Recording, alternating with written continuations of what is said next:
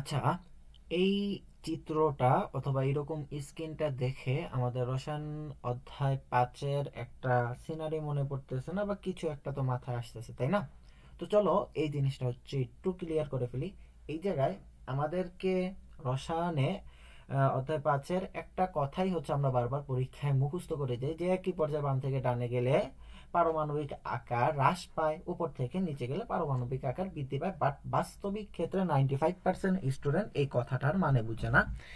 তো আজকে এই কথাটারই হচ্ছে মনে করো একটু বিশ্লেষণ করব এবং একটু ঘাটাঘাটি করব, যে একই পর্যায়ে বাম থেকে ডানে গেলে কেন হচ্ছে ছোট হয়, এবং উপর থেকে নিচে গেলে কেনই বা পারমাণবিক আকারগুলা বড় হয়। অবশ্যই তো নির্ধারিত একটা কারণ আছে, এবং তোমরা ক্ষুদ্র ক্ষুদ্র বা হালকার উপর আইডিয়া নিয়ে যাও, বাট আজকে আমি যেটুকু পড়াবো এই জিনিসটা দেখো, এটা হচ্ছে ইন ডিটেলসে বুঝে যাবা, ঠিক আছে?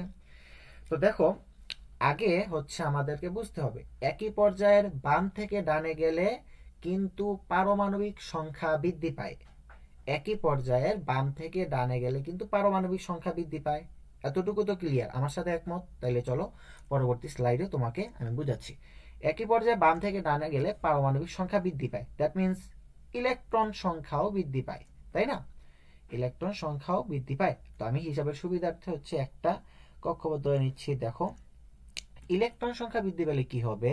এই জায়গায় মনে করো যে বর্তমানে 4টা ইলেকট্রন আছে, হ্যাঁ, আর এই জায়গায় প্রোটন থাকবে হচ্ছে গিয়ে 4টা, ঠিক আছে, 4টা। তো এখন এদের মধ্যে আকর্ষণটা খুবই কম হবে। বাট যখন আমার ইলেকট্রন মনে করো থাকবে হচ্ছে 6টা, প্রোটন হবে আরো 2টা, 6টা, সেক্ষেত্রে তাদের আকর্ষণটা আগের থেকে আরো বেশি হবে। ইলেকট্রন যদি মনে করো আরো 2টা বাড়াই দিলাম, প্রোটনও হচ্ছে আরো 2টা বেড়ে যাবে, আকর্ষণ আরো বেশি।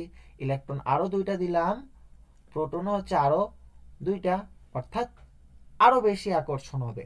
তো দুইটা চৌম্বকের মধ্যে যখন আমরা আকর্ষণ অর্থাৎ আকর্ষণ করি, দুইটা চৌম্বকের মধ্যে যখন দেখি যে আকর্ষণ হচ্ছে, তখন কি হচ্ছে যে আমাদের দুইটা হাত একসাথে চলে আসতেছে, অর্থাৎ একটা আরেকটাকে টানতেছে। তো সেম জিনিসটা হবে যখন এইটা মনে করো যে অতিরিক্ত আকর্ষণ বল অনুভব করবে, তখন সে অর্থাৎ ইলেকট্রন গুলা তার কেন্দ্রের দিক অর্থাৎ নিউক্লিয়াসের দিকে হতে যুগিত হবে, এবং আস্তে আস্তে আস্তে আস্তে আস্তে আস্তে করে কি হবে, আস্তে আস্তে করে ছোট হয়ে যাবে, আস্তে আস্তে করে ছোট হয়ে যাবে, এবং এক পর্যায়ে গিয়ে হচ্ছে খুবই ছোট আকারে থাকবে। এজন্যই হচ্ছে বলা হয় একই পর্যায়ের বাম থেকে ডানে গেলে পারমাণবিক আকার বৃদ্ধি পায়, ঠিক আছে? এখন আসো সেকেন্ড যে স্টেপ, সেটা হচ্ছে উপর থেকে নিচে গেলে কি হয়, পারমাণবিক আকার হ্রাস পায়। কেন হ্রাস পায় ওই জিনিসটা চলো।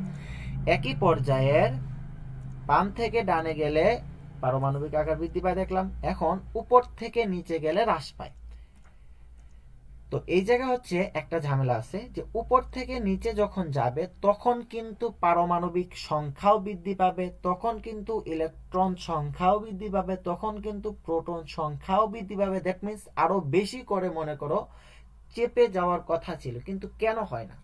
যখন এরা উপর থেকে নিচে যায়, যখন আগে যাচ্ছিল একই পর্যায়ে বাম থেকে ডানে, তখন একটা একটা করে বাড়ছিল, আর যখন উপর থেকে নিচে যায় তখন মনে করো যে হাইড্রোজেনের 1, সোডিয়ামের হয়ে গেছে 11, অর্থাৎ থাম করে 10টা বেড়ে গেছে।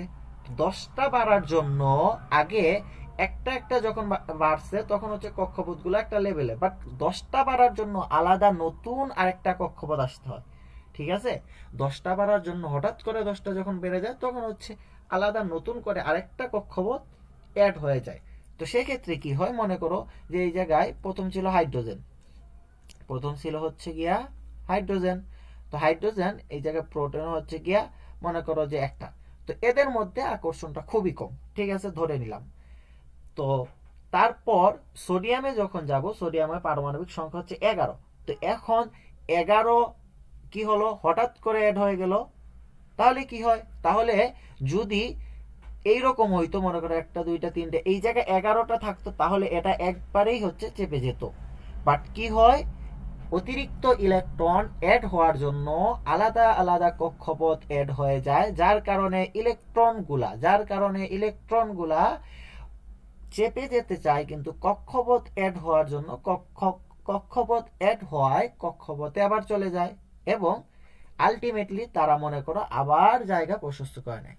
ঠিক আছে, এই হচ্ছে দুইটা কনসেপ্ট, তোমরা ভালোভাবে ক্লিয়ার রাখবা। সব জিনিস গিয়ে পরীক্ষায় দিয়ে দিলেই হইল না, কিছু জিনিস বুঝতে হয়, বুঝলে মাথায় থাকে, ভালো লাগে লিখতে, সেক্ষেত্রে কমফোর্টেবল ফিল হয় এবং হচ্ছে ফুললি কনসেপ্টটা বোঝা যায়। আশা করি এই দুইটা বিষয় তোমরা ভালো করে বুঝতে পারছো। তো আগামী ক্লাসে আবার তোমাদের সাথে দেখা হচ্ছে, সেই পর্যন্ত সবাই ভালো থাকো, সুস্থ থাকো, আল্লাহ হাফেজ, আসসালামু আলাইকুম।